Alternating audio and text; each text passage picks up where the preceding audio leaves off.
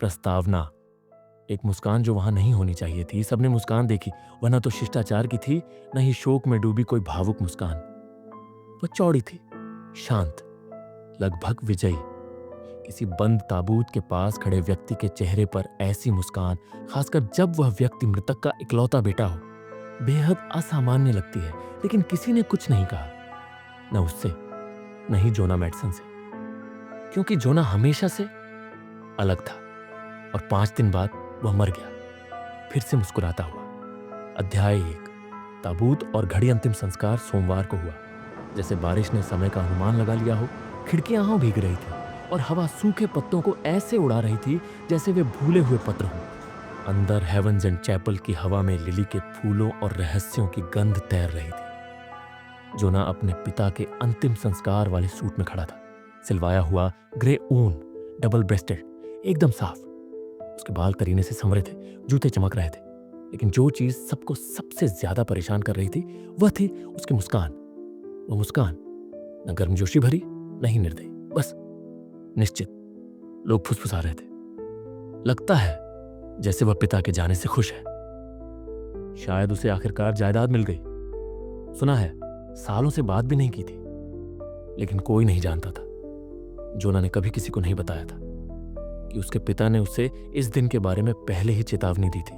ये अंतिम संस्कार नहीं, ये मौसम नहीं, कुछ और, कहीं ज्यादा अजीब। उन्होंने एक चिट्ठी छोड़ी थी, एक काले लिफाफे में बंद, तिजोरी के पीछे छिपी, जिसमें लिखा था, जब मैं मर जाऊं कुछ पुराना जागेगा, तुम महसूस करोगे, जान जाओगे। मुस्कुराना मत जोना, यही रास्ता है जिससे वह तुम्हें पा लेता है। जोना ने यह चिट्ठी अंतिम संस्कार से एक रात पहले पढ़ी और मुस्कुरा दिया। उसे लगा ये एक मजाक है।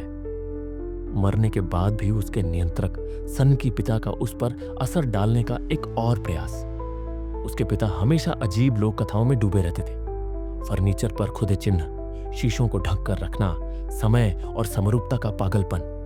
जोना, एक तर्कशील व्यक्ति, ने इसे बकवास समझा। उसने कभी भूतों, श्रापों या प्राचीन आत्माओं में विश्वास नहीं किया।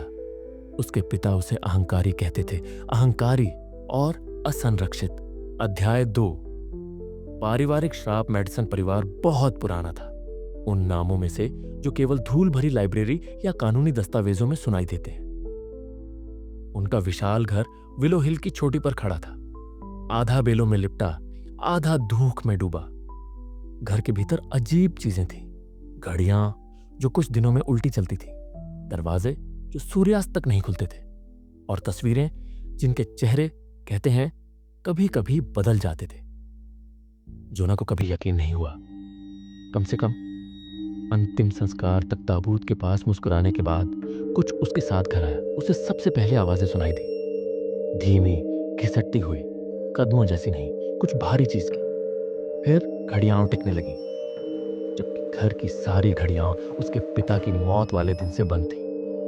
ठीक 12 बजे रात को उसके बाद दर्पण में अजीब चीजें दिखी, खासकर जब वह मुस्कुराता। और फिर सपने आए, एक छाया झुकी हुई, बिना चेहरे वाली। हर मुस्कान पर वे और पास आ जाती। और एक रात उसने फुसफुसाया, तेरे पिता ने विरोध किया, तूने मुझे अपनाया। अध्याय 3।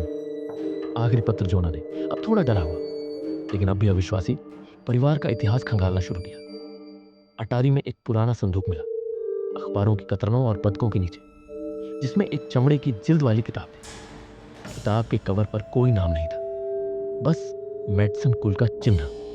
कांटों से भरी एक रेत घड़ी, अंदर की लिखावट 700 के दशक की थी। मोमबत्ती की रोशनी में लिखे गए नोट्स में एक प्राचीन सत्ता का जिक्र था, जिससे कभी परिवार ने सौदा किया था। एक रक्षक, एक पूर्वज ने लिखा था, जो मृत्यु को दूर रखता है एक कीमत पर, और वह कीमत मृत्यु के सामने मुस्कान। जो कोई मैडसन के अंतिम संस्कार में मुस्कुराता, वही बन जाता उसका अगला निवास। उसके पिता ने दशकों तक उस चीज को रोके रखा था, कड़े नियमों, अजीब रीति रिवाजों और सबसे महत्वपूर्ण, मृत्यु के समय कभी न मुस्कुराने की शक्ति से। जोना, जो कभी नहीं मानता था, वह कड़ी तोड़ चुका था। अब वह चीज उसके अंदर थी। अध्याय 4। आखिरी दिन। शुरुआत हल्की थी। जोना ने नींद छोड़ दी। उसकी आंखें पीली पड़ने लगी, जैसे कोई रोग हो। वह मृत चीजें इकट्ठा करने लगा, चिड़िया, चूहे, यहाँ तक कि एक लोमड़ी। वह उन्हें बोतलों में भरता, उनकी सड़न को देखता, उनके ठहराव को समझता। फोन उठाना बंद कर दिया, घर से निकलना छोड़ दिया। पड़ोसियों ने कहा घर की खिड़कियां हमेशा अंधेरे में डूबी रहती थी, लेकिन किसी ने देखा कभी कभी पर्दे के पीछे से मोमबत्ती की हल्की रोशनी झलकती थी। एक महिला ने कहा उसने हंसी सुनी थी, धीमी, गूंजती हुई।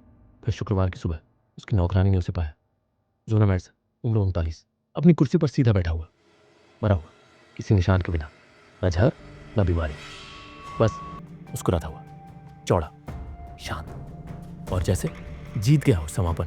आगे क्या हुआ सरकारी रिपोर्ट में लिखा गया, स्वाभाविक मृत्यु, तनाव से हुई दिल की धड़कन का रुकना। लेकिन जिसने तस्वीरें देखी वह नहीं मान सका। यहां तक कि कोरोनर, जो 30 वर्षों तक अंधविश्वास से दूर रहा था, उसने अगले ही दिन इस्तीफा दे दिया और बिना कुछ बताए शहर छोड़ दिया। मैडसन हवेली को सील कर दिया गया। फिर पिछले हफ्ते एक दूर के रिश्तेदार एमिलिया जायदाद का दावा करने पहुंची। पहली रात किसी ने सुना वो हॉल में घूम रही थी, धीरे धीरे हंसती हुई। एक जगह उसने पारिवारिक चित्रों के सामने रुककर कहा, मुझे हमेशा से पहेलियां पसंद रही हैं। अगली सुबह माली ने उसे कब्रिस्तान में खड़े देखा, जोना की कब्र की ओर देखती हुई, मुस्कुराती हुई। समापन सावधान रहो कि कहां मुस्कुराते हो, क्योंकि मुस्कान सिर्फ दिल नहीं खोलती, कभी कभी दरवाजे भी खोल देती है।